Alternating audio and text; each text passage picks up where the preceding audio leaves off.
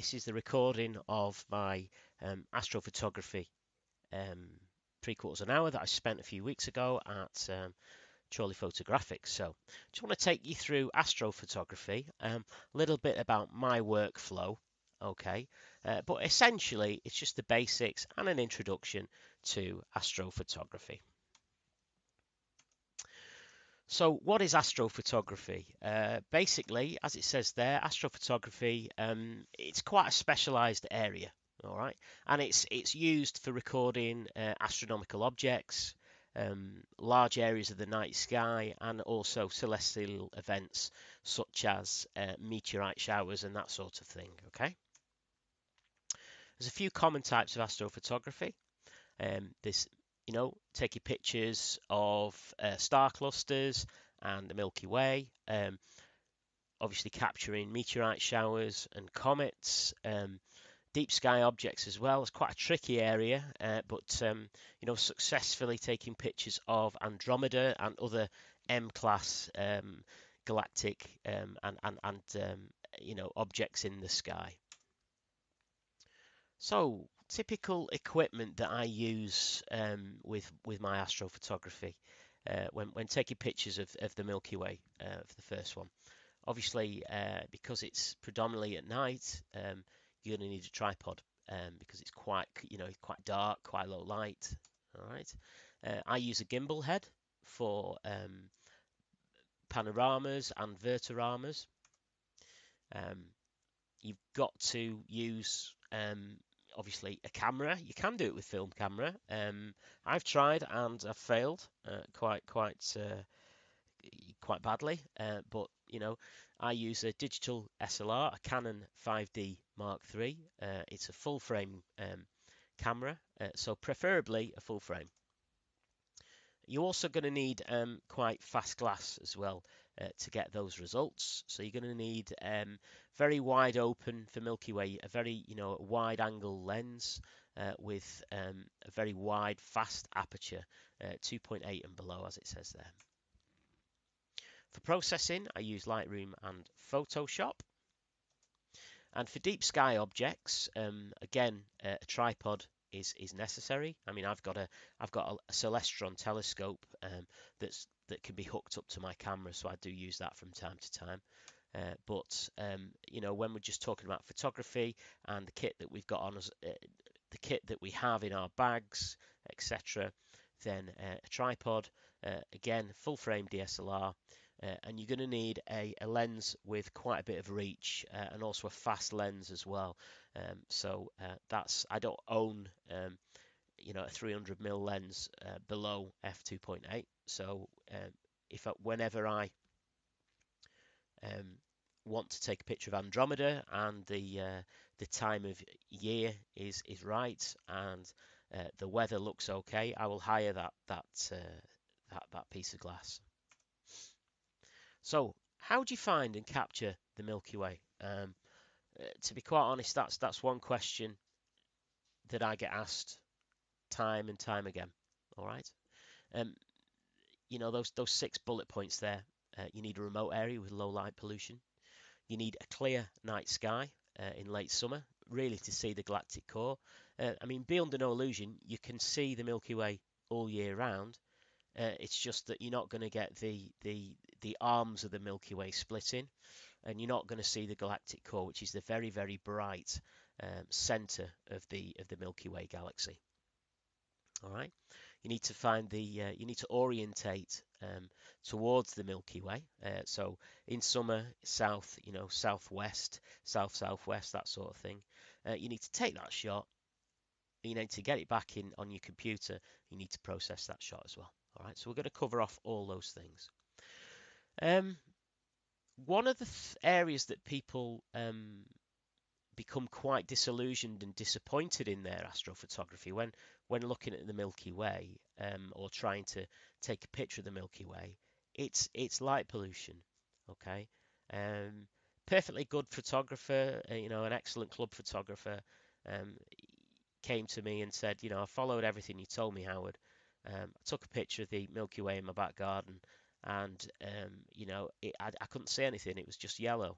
Well, unfortunately, you've got to get out in the wilds to really see the Milky Way, and you can see it with your eyes. You don't need a camera to see the Milky Way. Okay, I remember in France a few years ago, it was the clearest I've ever seen it. It was August time, early August time, and I could actually pick out the dust lanes in the Milky Way with my naked eye. So, yeah, if you get in the right place at the right time of year, you're going to see that Milky Way.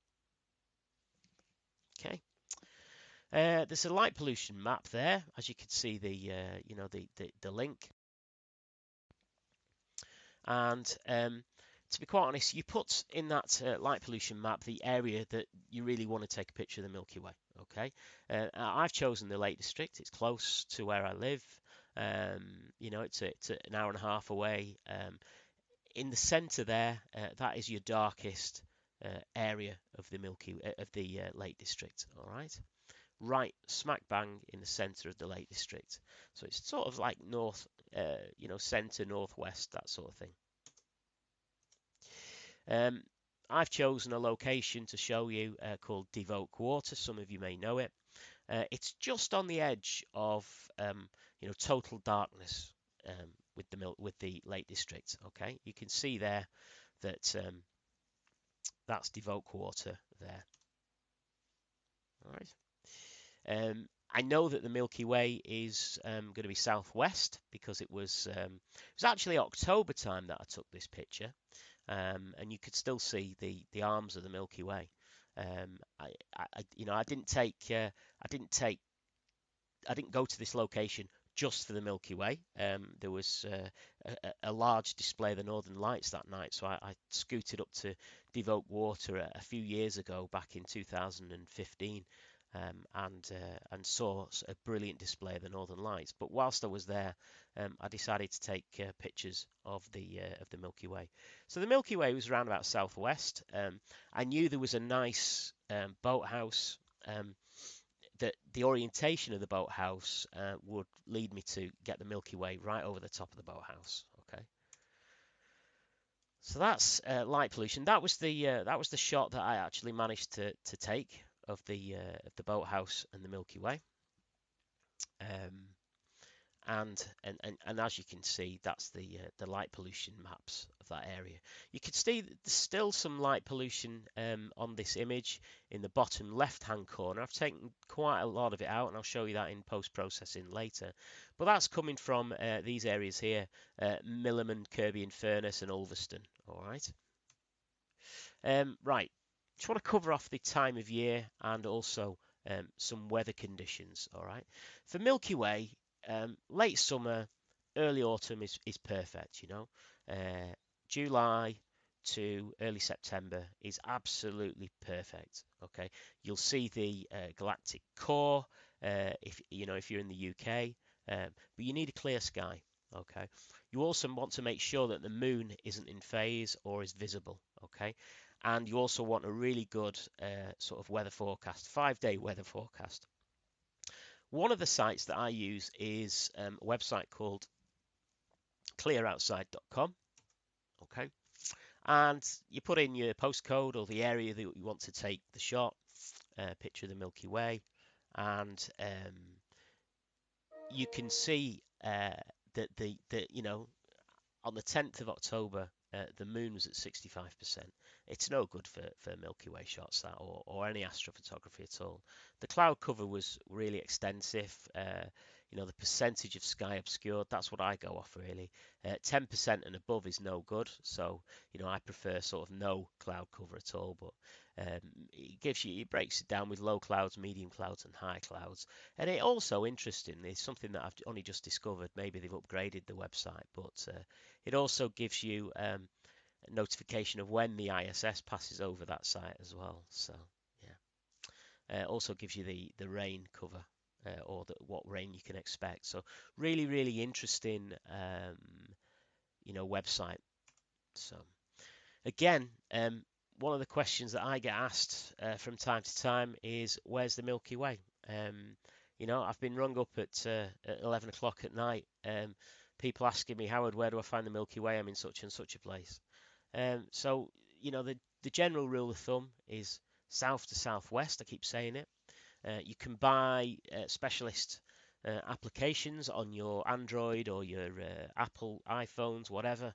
Um, one that I use really is one called Starwalk, and it's going to show you like an augmented reality view.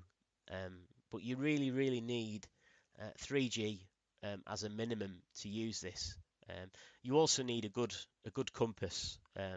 So I mean, as it says there, a good compass is worth 1,000 clunky apps. If you orientate yourself towards southwest, then you're going to see the Milky Way, all right, in summer. So another case study. Every year, the family and I go to Brittany. We go to Benidorm in Brittany, and just across the water is this little spit of land, this little peninsula called Combrit, okay, or Combry as they pronounce it. There's a lighthouse on there, Santa Marine Lighthouse, and it's beautiful. It's picturesque, and you see picturesque in the day, but I think it's more beautiful at night. And the orientation of the lighthouse again is south to southwest. All right, so it's perfect for Milky Way shots. Okay, so that's the picture that we saw earlier on. Don't know why it's gone blurred. Maybe it's the file size that I've inputted into this video, this presentation. But as you can see, south to southwest, the Milky Way is visible. This is one shot, light painted. What I mean by light painted is for a couple of seconds at the beginning and at the end of the exposure, then I've basically shone a torch across the foreground, which has given me one exposure to capture both the Milky Way and the lighthouse as well. I particularly like this scene because within around about 25 to 30 seconds exposure, the light goes round and you get these lovely plumes of light coming out of the beacon. So yeah, it's great. So let's have a look at the setup then, really importantly. So you've found the Milky Way, the camera's on the tripod, you've got your wide, your fast lens.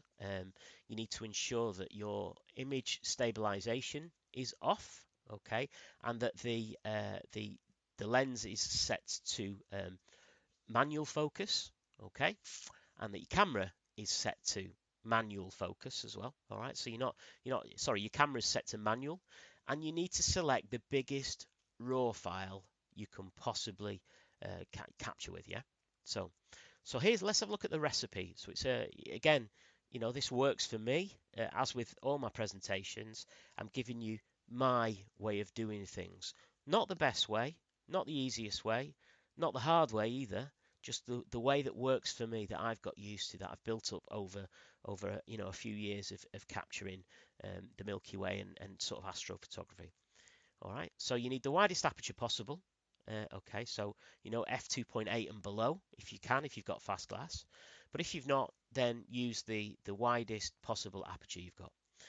You need to bump your camera up to around about the sensitivity, the ISO setting of 3600.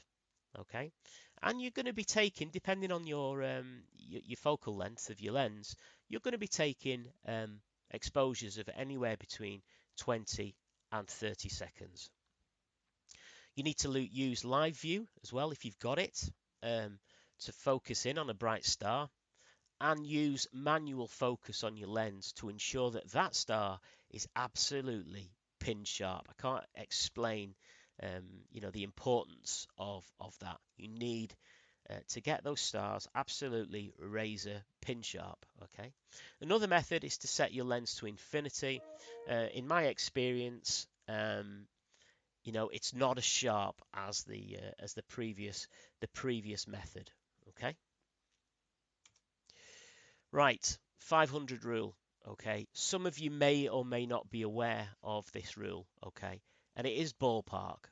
All right, I don't tend to use this anymore. If I'm taking pictures of Milky Way, I know my camera, I know my lens that I'm going to use, I know my setup, I know what I can push the exposure to.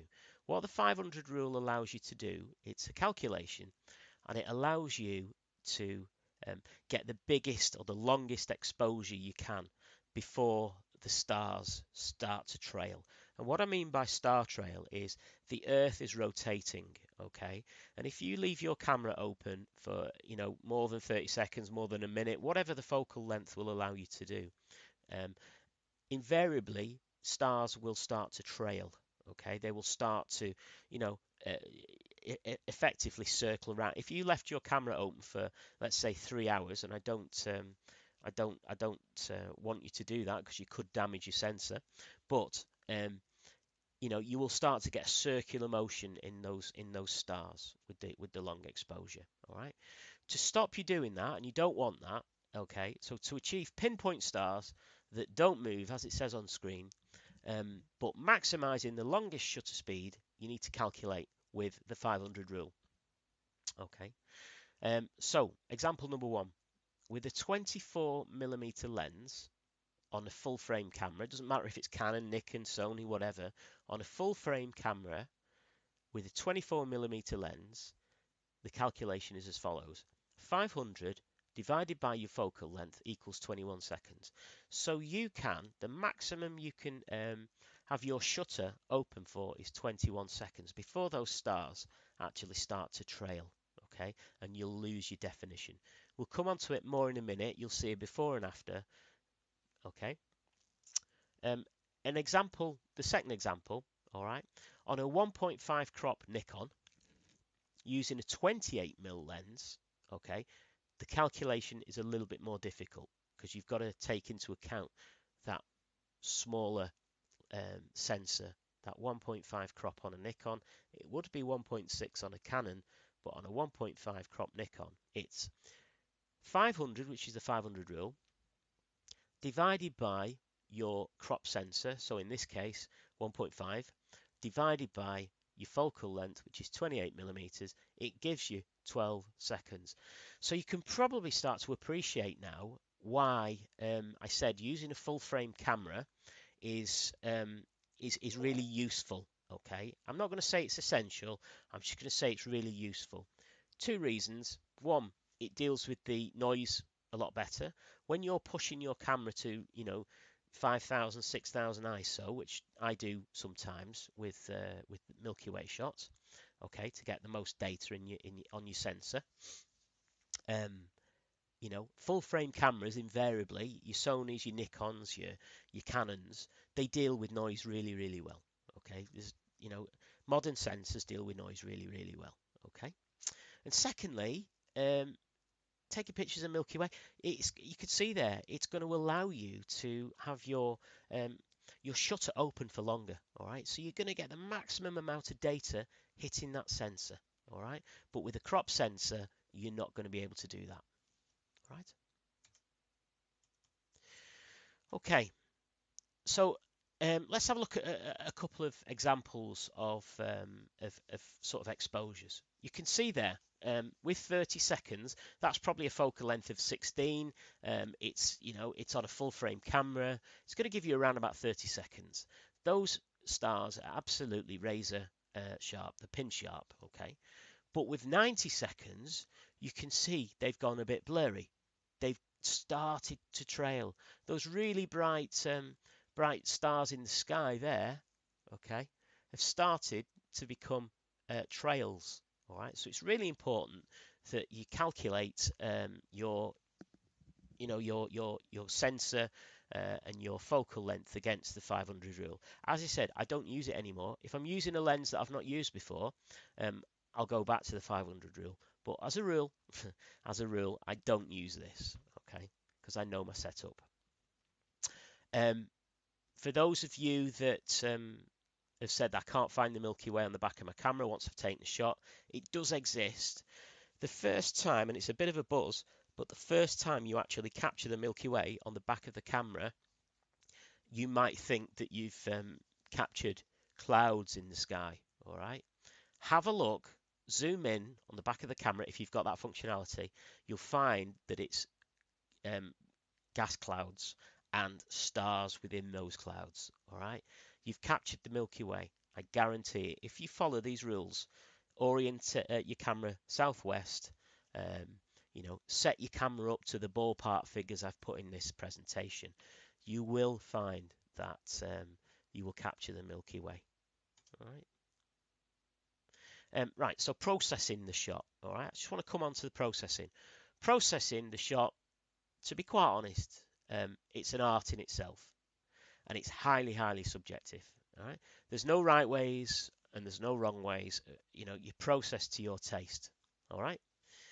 Consider adjusting, the camera profile as we the white balance. Inject lots of contrast, a little bit of clarity, and it really just starts to help bring that Milky Way out. All right. So let me give you a practical example now. All right, to editing the Milky Way shots. Okay. Right. Let's edit a Milky Way shot. So as I mentioned before, I decided to go to Devoke Water and take a picture of the Millam anglers, their boathouse on Devoke Water. I know that the boathouse sits perfectly in line at a certain type of year with the Milky Way. All right. So here we have it, the boathouse, the Milky Way's over the top. I'm quite pleased with this shot, so decided to edit it and keep it. All right, it's a little bit different in the shot I showed you earlier on of the same location. That was a Vertorama, okay, stitched in Photoshop. I'm not going to cover that today. I'm just covering the basics of editing for a Milky Way astrophotography shot. Okay, so the first thing I'm going to do is I'm going to add basically a profile to this image. Okay, and it should be the first thing you ever do. It takes the barrel distortion out of your image, if you will. Okay, so there you can find it on the right hand side of Lightroom. Going to enable profile corrections. It won't find it because it's a Samyang that I used. Okay, but if you click Samyang, it goes straight away. All right, before and after, I just want to show you that. When you enable profile correction, it flattens the image. When you unclick it, it goes back to the original image that your camera took inside on the back of the camera. You could see the barrel distortion there, and certainly when you click it, you could see the before and the after. All right. So enable profile corrections. That's just a basic within Lightroom and something that I do on every picture I take. So that's part of my ingrained workflow. Okay. I'm going to crop it as well. So what I've decided to do here with this image is I've decided to get a bit of foreground.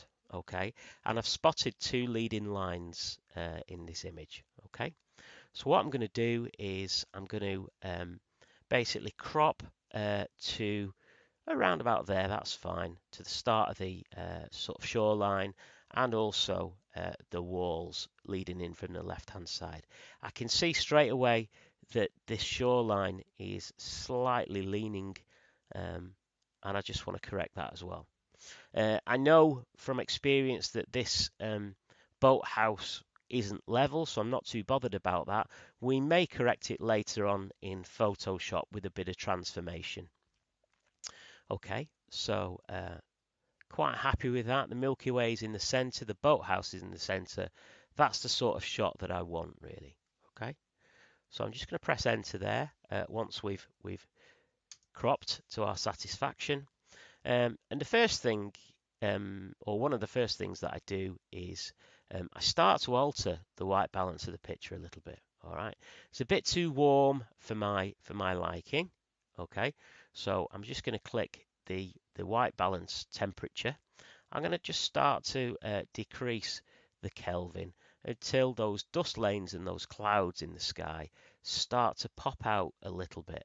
So it's a bit too much. So for me, for this image, I reckon around about 3,700, something like that. Makes the dust lanes a bit whiter. There's a slight blue hue in the sky, which I quite like. All right. Now the problem I have at the moment is this boathouse. Okay. Now this boathouse is slightly bluish, and that was because I light painted this boathouse during the exposure. Okay. So what I'm going to do is, let me just do that again for you because you didn't see it. what I'm going to do is I'm going to click this slider here, this graduated filter, and I'm going to press Shift, and then I'm going to slide this graduated filter to around about an inch, something like that. And I'm just going to bring it up to where the sky starts, okay? And I'm then going to just ever so slightly bring the slider to the right, the tint to the right. It might start to tint the brick a little bit, and then I can bring it back down a little bit, okay? And I'm just going to play with the white balance, and I'm just going to play with the temperature white balance slider and the tint as well, okay? Until I'm happy that it resembles brickwork, okay? You might have to play with this. It takes a little bit of time.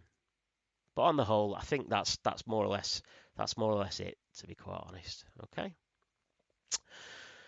So I've got a graduated filter in there for the foreground. I'm happy with that. The next thing I want to do is start altering the sky. Really, you could see from the histogram, it's pushed way over to the left-hand side. Okay. So what I want to do is I just want to add a bit more shadow in, not too much, because you could see there if you add too much in, your noise starts creeping in on the lake, on the water. Okay, so I just want to add a little bit more in, okay, and I just want to add a bit of contrast in as well to start to make the sky pop. Some of my early Milky Way shots, you could see that they were really pushed far to the right hand side. Okay, so let's just bring it back to neutral, and let's just put a little, about, I'd say maybe 30 to 40 amount of contrast in there. I'm going to drop the highlights slightly to take that light pollution out from Barrowing Furnace or Millam on the left hand side, and I'm also just going to add a little bit of shadow in as well. Okay, I'm going to add a little bit of clarity in, not too much, because you could see in the foreground, if I add too much clarity, it's going to introduce a lot of noise, and also it's going to make the foreground really grainy and give it an unrealistic look, and I don't want that, to be quite honest. Yeah, all right, so I'm just going to add a little bit of clarity in there, a tiny bit, and I'm going to take those sliders again. I'm going to click new, making sure that everything is neutral in these sliders, and I'm then going to basically from halfway, I'm just going to put another inch slider on, and I'm just going to slide it down to where the top of the boathouse starts. Okay, you really want this galactic core here to start popping out a little bit. All right, so I'm just going to add a lot more contrast in, not too much, but probably halfway. I'm also going to add a lot of clarity in there now to start bringing out some of the top of the Milky Way. I'm just going to start to add a bit of white in there, take the blacks down a little bit, okay, take the highlights down a little bit, add the contrast up again, and then we've got, let's have a look, we've got the start of a picture, really, to be quite honest. Okay, bit of vibrance in the image as well, never hurts. A tiny bit. Be careful with that slider because it can do quite a lot of damage, but yeah, that just looks crazy. So if we just add a little bit of vibrance in there, all right, and that really essentially is the essence of processing a Milky Way shot. Okay, there are more things that I could do in Photoshop that I'm not going to cover now, but in essence, using Lightroom, very quickly, very simply, just popping that Milky Way in the sky, so it's not overdone. So the foreground still resembles, what you saw in camera or at the time. So yeah, but that's it really. So thank you very much. To where I am now, and hopefully you can see the change, maybe the improvement in my astrophotography. Okay. Okay, the first couple of pictures are the same place really, to be quite honest. Two different buildings, but same area.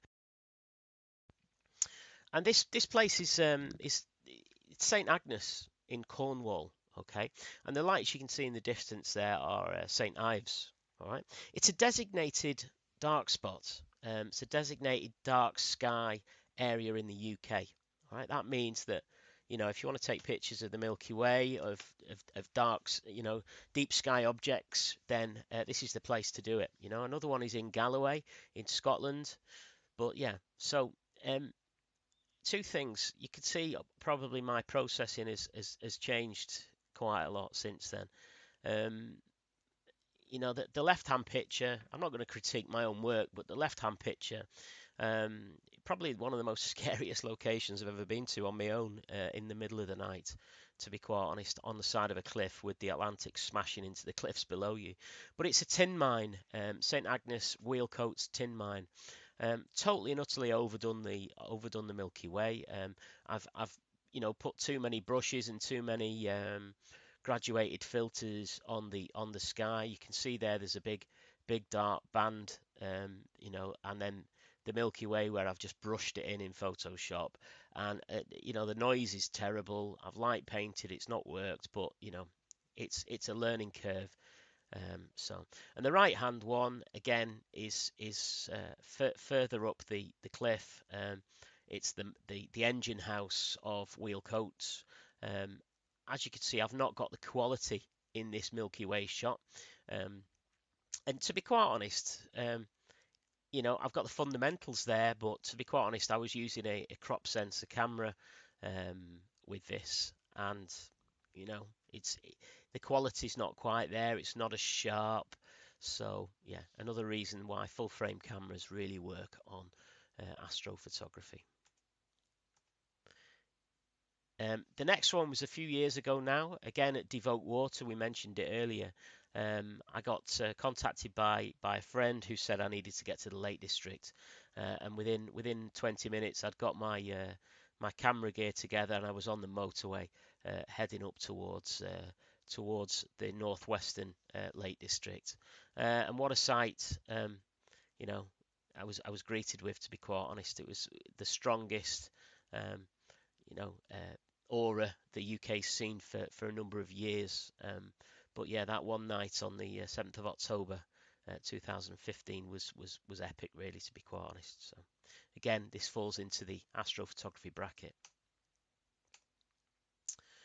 This was on the BBC Northwest. I haven't got the exposure quite right. It was still quite early in the evening. It was only about 7 o'clock. So there was still quite a lot of astronomical twilight. Um, that green hue on the horizon there, that's not Sellafield. That's part of the aura, the Northern Light display. But yeah, absolutely epic display of lights in the Lake District, which you rarely see. So, and 180 degrees the other way was the shot that I took of the boathouse that night with the Milky Way over the top. As you can see, bit of light pollution in the bottom left-hand corner from Millom and Barrow and that sort of Ulverston, that area. But yeah, really pleased with that Milky Way shot. I class this as astrophotography, albeit the main subject was Blackrock Cottage on Rannoch Moor with the great herdsman buccal in the background there. But yeah, very heavy on the night sky there. So it was a snowy winters. I think it was February one year, 2014. Well, it could have been 2015 actually. But yeah, it was an amazing sight to behold, and the moon sort of backlit this scene for me quite nicely. It's one of my favourite pictures of all time. I often give this as gifts to my extended family, really, for Christmas presents, because they really like this. But yeah, I love it how the night, the clouds actually swirl around and sort of frame the star clusters in the centre. So yeah. Again, this is astrophotography genre. This was last year, 18 months ago, when I think it was Mercury, it carried out a transition across the sun. This is a composite image, and I don't tend to do composite images with astrophotography or any photography really. But as you can see, I've probably taken about 100 shots of Mercury transiting across the sun, and you can see there in the top, top of the sun, that's actually a solar flare. And that within sort of 10 shots, that flare had actually disappeared. So really lucky to see that. And that was taken on my Celestron telescope with a solar filter and my Canon Mark III strapped, plugged into my telescope really. So yeah, quite ambitious, and it paid off. So quite happy with that. This shot was actually taken at Rivington, just on the hills with Lynn Farl and Sam Lee as well. We all met up, and Lynn and I had been to the Lake District for the night. We were going to shoot the Blood Moon at the Lake District, but the sort of mist and the fog descended. So yeah, we hot-footed it back to Chorley, having looked at the astro weather, and decided Rivington would be the best choice really. But yeah, this was took about 1,000 shots that night of the moon, transiting into the blood moon. Amazing sight to see. This was a commission that I did for a friend's daughter who was at university. She wanted a sort of science fiction sort of feel to the actual moon, so that's what I did for her. That was actually taken in broad daylight. That picture. I pulled an all-nighter when the recent meteorite shower happened with my good friend Martin Steele, who's a landscape photographer, and we were at Buttermere for sunrise. And whilst we were waiting for the nice light and the golden clouds to appear, which never appeared, I started snapping away at the moon, massively underexposing it to get those details and those craters. And that was taken again with my full frame camera on my 150 to 600 Sigma lens. So just to show you it can actually be done. This was a strange one. This was taken in Westwater. I was actually running I was on a small workshop, and some of the members wanted me to show them a little bit of astrophotography. So we were trying to capture the Milky Way. Directly behind us was the youth hostel that we're all staying at, but it was covered in scaffolding and plastic sheeting, so it didn't really make for a nice sort of foreground image. But the Milky Way was right over the top of that youth hostel. But if we turned 180 degrees, you got the back of the Milky Way. But also, strangely, I thought this was a comet at first, and I had to get some advice on this. But it's just light pollution from Boot and Wasdale and that area, and it's just strangely, it's just meeting up with a rather bright star and diffusing the star, and it's just light pollution, so it's not a comet. But yeah, nice picture nonetheless.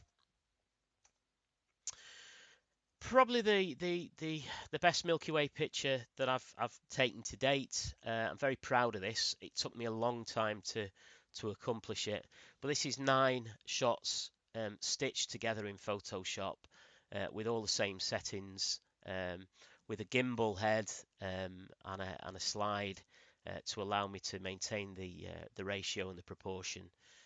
And I got a true 180 degrees, half of the Milky Way.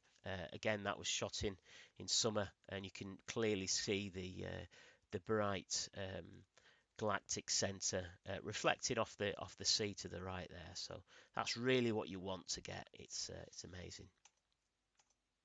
Coming towards the end now, but again, you've seen that Santa Marine lighthouse.